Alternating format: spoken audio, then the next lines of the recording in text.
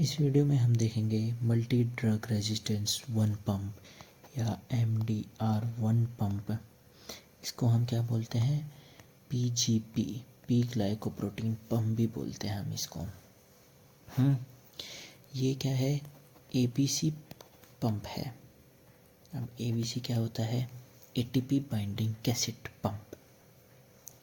एक प्रकार का ABC पंप है and ATP binding cassette. ATP binding cassette हो गया ये। अब इसके अंदर होता क्या है?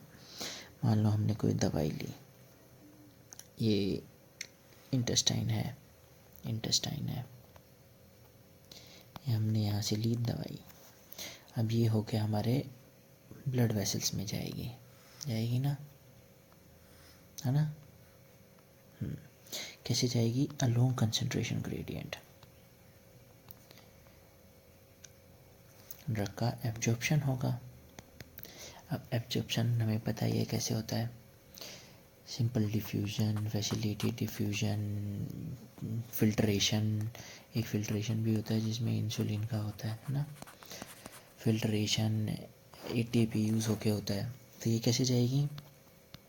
ये वैसे ही जाएगी, सिंपल डिफ्यूजन से ही जाएगी। मान लो यहाँ कोई पंप है। अब वो पंप ये ड्रग का एपिथेलियल सेल से ही ड्रग को वापस कर दे रहा है जहाँ से आई है वहीं पे। तो ये ड्रग का क्या कर रहा है? इफ्लक्स ऑफ ड्रग का इफ्लक्स कर दिया है। इसीलिए इसका नाम दिया है MDR1 pump, multi drug resistance. Drug का एब्जॉर्प्शन रोका है उसने, ड्रग को एब्जॉर्ब नहीं होने दिया। इससे क्या होगा? ड्रग फेलियर होगा। ड्रग अपना असर नहीं कर पाएगी, ड्रग का एब्जॉर्प्शन ही रुक गया। लेकिन कुछ ड्रग इफ्लक्स हो जाती हैं, कुछ ही ड्रग इफ्लक्स हो जाती हैं ना सिस्टमिक सर्कुलेशन में आने से पहले। ये ब्लड वेसल थी, सिस्टमिक सर्कुलेशन में आने से पहले ही कुछ ड्रग इफ्लक्स हो गई। अब ये होता कहाँ है? MDR1 पंप होता कहाँ है? कहाँ होता है MDR1 पंप? किस जगह होता है? ये ब्लड ब्रेन बैरियर में होता है। कुछ ड्रग्स होती हैं जो CNS इफ़ेक्ट्स दिखाती हैं, कुछ ड्रग्स होती हैं जो CNS इफ़ेक्ट्स नहीं दिखाती हैं। वो इसलिए नहीं दिखाती हैं क्योंकि MDR1 पंप होता है, वो उसको इफ्लक्स कर देता है। इसका एग्जांपल ले लो लोपरामाइड। लोपरामाइड क्या है? एक ओपियोइड है। कहाँ दी जाती है लोपरामाइड? डायरिया के अंदर दी जाती है, एक्यूट डायरिया के अंदर दी जाती है लोपरामाइड। ये ब्लड ब्रेन बैरियर को क्रॉस नहीं कर पाता है क्योंकि जहाँ वो ब्लड ब्रेन बैरियर होता है वहीं ये पंप होता है, यहाँ से वापस भेज देता है इसको। तो एक ब्लड ब्रेन बैरियर के अंदर हो गया इसका यूज़। दूसरा प्लेसेंटा के अंदर हो गया।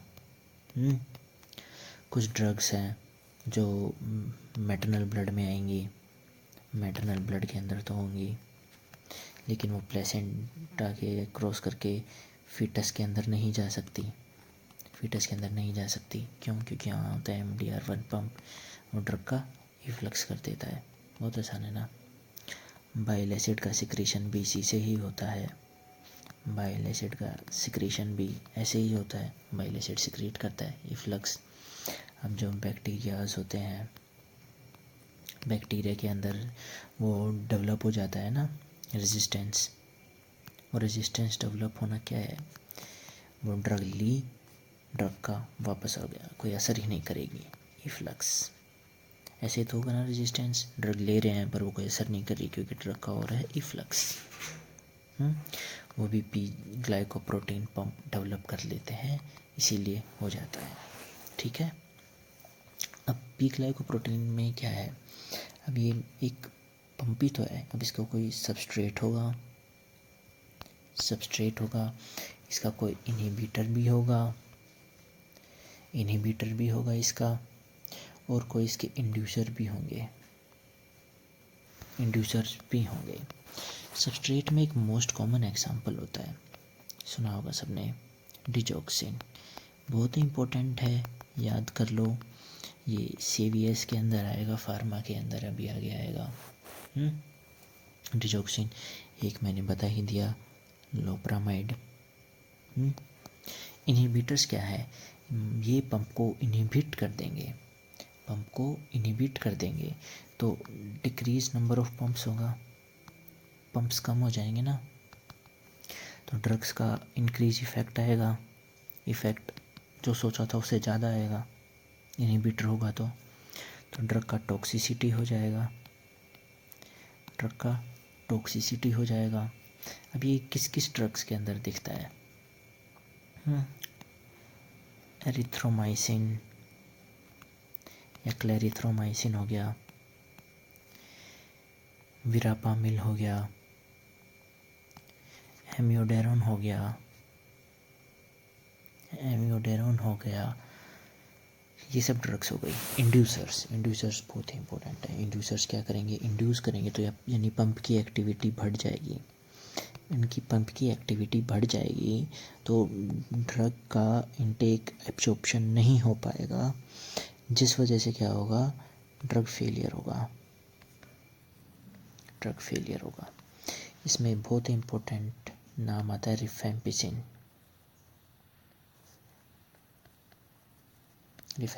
बहुत ही इम्पोर्टेंट है ये रिफेम्पिसिन, बहुत ही ज़्यादा।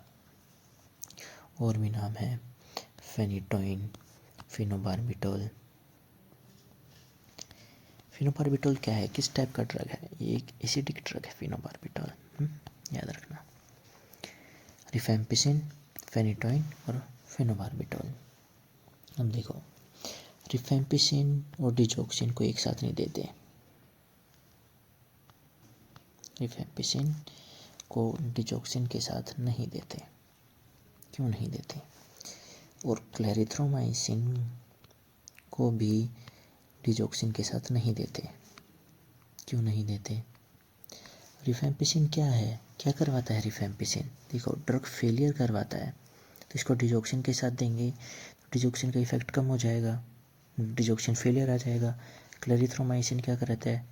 ये डिजॉक्सिन की टॉक्सिसिटी करवाएगा, तो डिजॉक्सिन की टॉक्सिसिटी हो जाएगा। ये हार्ट के लिए आएगी। CVS में जाके देखोगे ना डिजॉक्सिन कहाँ आता है, CVS में आएगा। आगे जाके देखोगे डिजॉक्सिन, वेरी इंपॉर्टेंट। ये तो सबसे ज़्यादा इम्पोर्टेंट है, ये एग्जाम्पल तो। अब विरापामिल देखा था अपन ने, और अपन ने बैक्टीरिया का रेजिस्टेंस भी देखा था।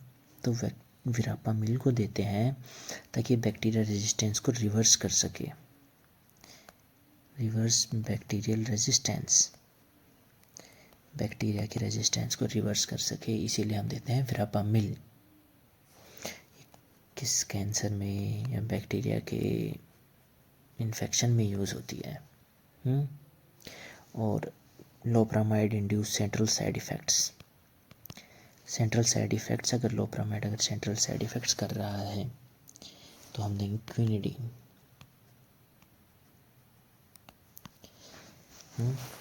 इसी के साथ हमारा ये टॉपिक पूरा होता है। इसके अंदर कुछ नहीं था। पी ग्लाइकोप्रोटीन पंप है, होता क्या है? बहुत ईजी है। ये इफ्लक्स करवाता है ड्रग्स का, इफ्लक्स करवाता है ड्रग्स का।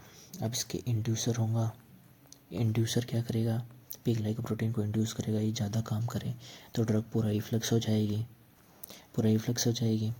और इंड्यूसर के बाद इनहिबिटर आएगा, इनहिबिटर करेगा इसको काम ना करने के लिए, तो ये ड्रग को इफ्लक्स नहीं कर पाएगा, इससे ड्रग का टॉक्सिसिटी हो जाएगा। इंड्यूसर ज़्यादा इफ्लक्स करेगा तो ड्रग का क्या हो जाएगा?